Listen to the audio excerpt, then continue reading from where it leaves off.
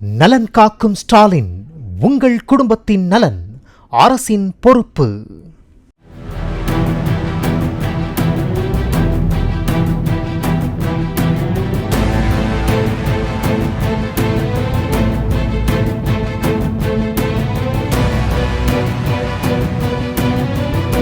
நீலகிரி மாவட்டம் உதகையில் உள்ள பாட்னா ஹவுஸ் பகுதியில் கடந்த ஜூலை மாதம் 25ஆம் தேதி கல்லூரி மாணவரின் இருசக்கர வாகனத்தை மர்ம நபர் ஒருவர் திருடிச் சென்ற காட்சிகள் சிசிடிவியில் பதிவாகியுள்ளது.